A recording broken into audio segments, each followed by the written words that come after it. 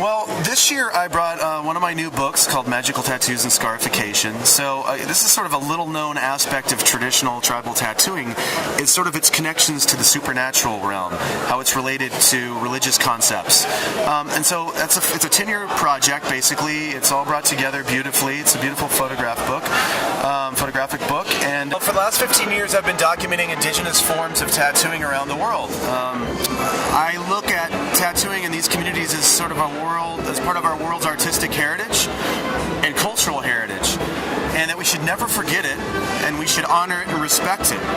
And my hope is that through my projects that I can document it for future generations in those communities, especially where it's vanishing or it has died out completely, and I hope that it will be revitalized and it will come back and continue into the future. Can you tell us what kind of plans do you have in the future? What do you want to do? How do you want to continue in your work, in your job, in your researches?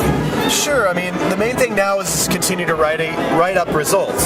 So I have several book publications underway right now, and the key is to get these books published and to bring them back to the village schools so that everyone can share and they can utilize this information in cultural heritage projects, revitalization programs, whatever use, whatever purpose. The most important thing is just to get this knowledge back to those home communities. And we oftentimes forget who created tattooing for all of us.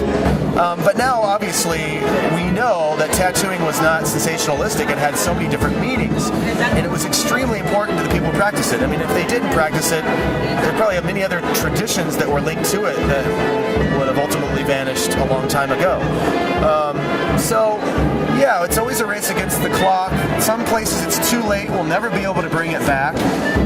But those places where it's still alive, there's hope that it will continue into the future. In most of these tribes, tattooing occurred at a very early age. I mean, I can think of some at 7 years of age, 8 years of age. I mean, and as far as scarification is concerned, I know of groups where their children are scarified facially at 2 or 3 years of age because they're not even considered to be a member of the tribe until they wear these identifying marks. They're almost considered to be aliens. They wouldn't be buried in the same cemetery if they hadn't received these markings. Like, let's say they passed away before they were 3 years old, they wouldn't even be allowed to be buried with their ancestors or their relatives because they're not part of the group. In many parts of the indigenous world, women were the tattoo artists, not men. But one of the most popular regions, that we know of tattooing today is Polynesia. But there, it's largely a male-centered, male-focused group of tattooists. Although there are a few islands where women were tattooists. But I would say around the tribal world, of those societies where tattooing was practiced, probably 60 to 75% of those cultures, women were the tattoo artists, not men. So it's sort of a little-known, surprising fact. So this is what this woman has. She has rice bundles here. These are mountains. These are footpaths, to tell you the truth. These are python scales, and then these are centipedes that go over their back. Now the python and the centipede are sort of these magical creatures that would provide signals on the warpath. And they're also protective to some degree. Women also said that if your body is fortified with python scales like this, your skin will never get wrinkled when you become an old woman. No, I don't know if that's true, but they've been doing it since thousands of years, so it must work. Otherwise, why would they be doing it? All of these have different meanings, each symbol. So it's very difficult sometimes because one valley may wear the same symbol but have a completely different meaning, and a completely different word for it. And that's why it's always been difficult. I think no one tackled Kalinga tattooing before because it was very confusing. One village to the next can have completely different meanings, although it's the same symbol. So you have to go to every single valley and ask the same questions and then write down the answers. And that takes a lot of time. And that's a lot of patience.